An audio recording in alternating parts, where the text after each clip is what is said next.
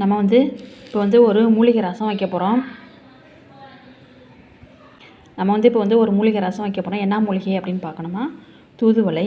இந்த தூதுவளையில் ரசம் வைக்க போகிறோம். இந்த தூதுவளை எதுக்கெல்லாம் பயன்படும் அப்படின்னு பார்த்துக்கலாம். இது சளி, இருமல், கபம் இது மாதிரி இந்த சளி சம்மந்தமானதுக்கெலாம் நல்லது. இது தூதுவளை இப்படி தான் இருக்கும். இந்த இலை இப்படி தான் இருக்கும். பாருங்கள், இருக்கா? இந்த ஷேப்பில் தான் இருக்கும்.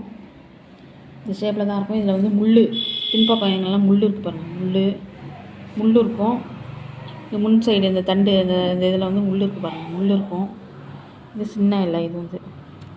இது சின்னதாக இருக்குது. இதுவும் சின்னதாக இருக்குது பாருங்கள். கொஞ்சம் சின்ன ஃபஸ்ட்டு இந்த இதில் இருக்குது பாருங்கள். இந்த நரம் இதை நம்ம எடுத்துடணும். முள் இருக்குது, முள்ளெல்லாம் இல்லாமல் எடுத்துடணும். இந்த இலையிலேருந்து எடுத்துடணும். இங்கே பாருங்கள், நான் எவ்வளோ இது எடுத்து வச்சுருக்கேன் பாருங்கள். முள்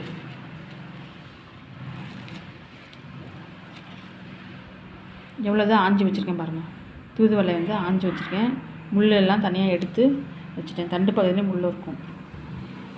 இதான் தூதுவளை நான் இப்போ ஆஞ்சது. இதில் முள்ளெல்லாம் எடுத்துட்டேன். நல்லா முள்ளெல்லாம் எடுத்து நல்லா இது பண்ணியிருக்கேன். தூதுவளையில் பார்த்திங்கன்னா, தூதுவளை காய், இது காய் பகுதி. காய் இப்படி தான் இருக்கும் தூதுவளையில். இந்த காய் இதை காய் விதை, இது பழுத்து. இதுதான் தூதுவளையோட சுண்டைக்காய் மாதிரி இருக்குது பாருங்கள், சின்னதாக. இது ஆனால் சுண்டைக்காய் கிடையாது. இது தூதுவளையோட காய். தூதுவளை செடியில் உள்ள காய். இது பழமாக பழுத்து அந்த விதையை போட்டோம்னாலும் முளைக்கும். தூதுவளை இருக்குல்ல, இப்போ அதில் உள்ள எல்லா பகுதியும் நமக்கு மருத்துவ குணம் வாய்ந்தது. இந்த காயும் மருத்துவ குணம் வாய்ந்தது. பழம் இது எல்லாமே மருத்துவ குணம் வாய்ந்தது. அதேமாதிரி இந்த தூதுவளை இலையும் மருத்துவ குணம் வாய்ந்தது. இது மருத்துவ குணம் வாய்ந்தது. தூதுவளை செடியில் உள்ள எல்லாமே மருத்துவ குணம் வாய்ந்தது. அந்த முள்ளை ஆஞ்சிட்டு நம்ம எல்லாமே பண்ணணும். இது மொக்கு, பூ மொக்கு. தூதுவளையோட பூவோட மொக்கு. இந்த பூ மொக்கையும் நம்ம இதில் சேர்த்து போட்டுடலாம். இது மருத்துவ குணம் வாய்ந்தது. அடுத்தது தூதுவளையில் இருக்க பூவை காட்டுறோம். இதான் பூ. இது பூ, தூதுவளையில் இருக்க பூவு. இந்த பூவும் மருத்துவ குணம் வாய்ந்தது. நம்ம இந்த ரசம் வைக்கும்போது இந்த பூவையும் போட்டு சேர்த்து ரசம் வச்சிடலாம். இது தூதுவளை இலையும் மருத்துவ குணம் வாய்ந்தது. இது முள்ளெல்லாம் நம்ம எடுத்துகிட்டு இங்கே வச்சுருக்கோம் பாருங்கள். இப்போ எல்லாத்தையும் போட்டு நம்ம தூதுவளை ரசம் வைக்க போகிறோம். இது சளிக்கு ரொம்ப நல்லது. நெஞ்சு சளி எல்லாத்துக்குமே நல்லது. சளிக்கு நல்லது. பாருங்கள், எவ்வளோ முள்ளை நான் எடுத்து வச்சுருக்கேன் பாருங்கள். நான் இந்த பாக்கெட்டில் தான் இருந்துச்சு தூதுவளை. இன்னும் கொஞ்சம் எடுக்க வேண்டியது இருக்குது. முள்ளெல்லாம் எடுக்க வேண்டியது இருக்குது. எடுக்கிறேன். இங்கே பாருங்கள், பூ இருக்குது பாருங்கள். இதில் பூவு மொக்கு இருக்குது பாருங்கள். நான் இதில் இருக்க முள்ளெல்லாம் நான் எடுத்துகிட்டு அப்புறம் ரசம் வைக்க. இதை நம்ம நல்ல பூ இந்த இலையில் இருக்க முள்ளெல்லாம் நீக்கிட்டு நம்ம இதை நல்லா அலசிக்கணும். அலசிட்டு அதுக்கப்புறம் ரசம் வைக்கிறப்ப நம்ம காட்டுறேன். நான் தூதுவளை பூவு, காய் எல்லாத்தையும் சேர்த்து ரசம் வச்சுக்கலாம். பூ மொக்கெல்லாம் சேர்த்து ரசம் வைக்க போகிறோம். தூதுவளை ரசம் ரொம்ப உடம்புக்கு நல்லது. இதை நம்ம நல்லா மண் இல்லாமல் கழுவி எடுத்துக்கணும்.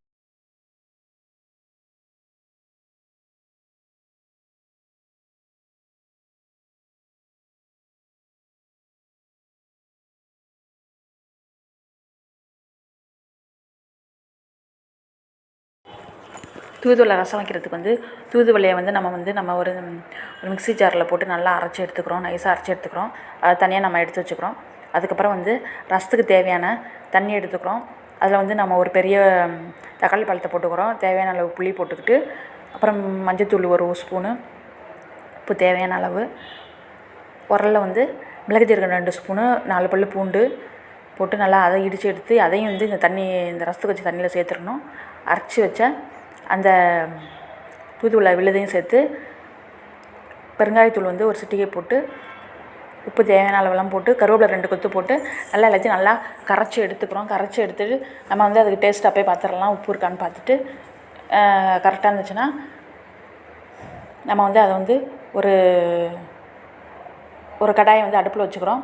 நம்ம கரைச்சி வச்ச அந்த தூதுவளை ரசத்தை நம்ம கடாயை அடுப்பில் வச்சுருக்கோமா, அதில் ஒரு 4 ஸ்பூன் எண்ணெய் ஊற்றி கடுகு உளுந்தம் பருப்பு 2 ஸ்பூன் போட்டு மிளகாய் 4 மிளகாய் போட்டு கிள்ளி போட்டு அதெல்லாம் பொரிஞ்சதுக்கப்புறம் இதை ரசத்தை வந்து அதில் கரைச்சி வச்சதை அதில் ஊற்றிட்டு ரசம் வந்து பொங்கி வரணும் கொதிக்க ஆரம்பிக்கும் போது அதை வந்து இன்னொரு பாத்திரத்தில் வந்து நம்ம ஊற்றி எடுத்துக்கிறோம்.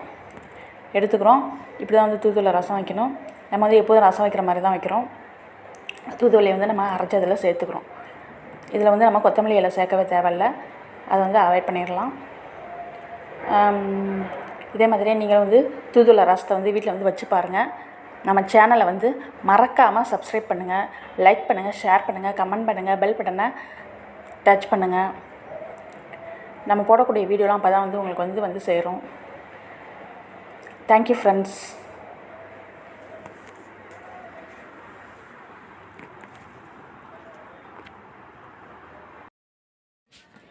இங்கே பாருங்கள் வந்து தூதுவளை ரசம் வந்து பொங்குது.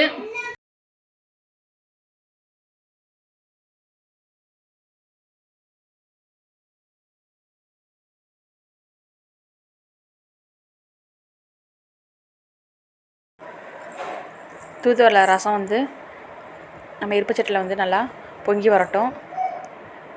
அது பொங்குறதுக்கு ஒரு 5 மினிட்ஸ் ஆகும். நல்லா பொங்கி வந்து அது கொஞ்சம் கொதிக்க ஆரம்பிக்கும் போது அதை வந்து நம்ம வந்து எடுத்து வேறு ஒரு பாத்திரத்தில் அதை வந்து நம்ம ஊற்றிக்கலாம். ஊற்றியாச்சு. இப்போ வந்து நம்ம ரசத்தை வந்து நம்ம வேறு ஒரு பாத்திரம் ஊற்றியாச்சு. நம்ம சேனலை வந்து மறக்காமல் சப்ஸ்கிரைப் பண்ணுங்கள்.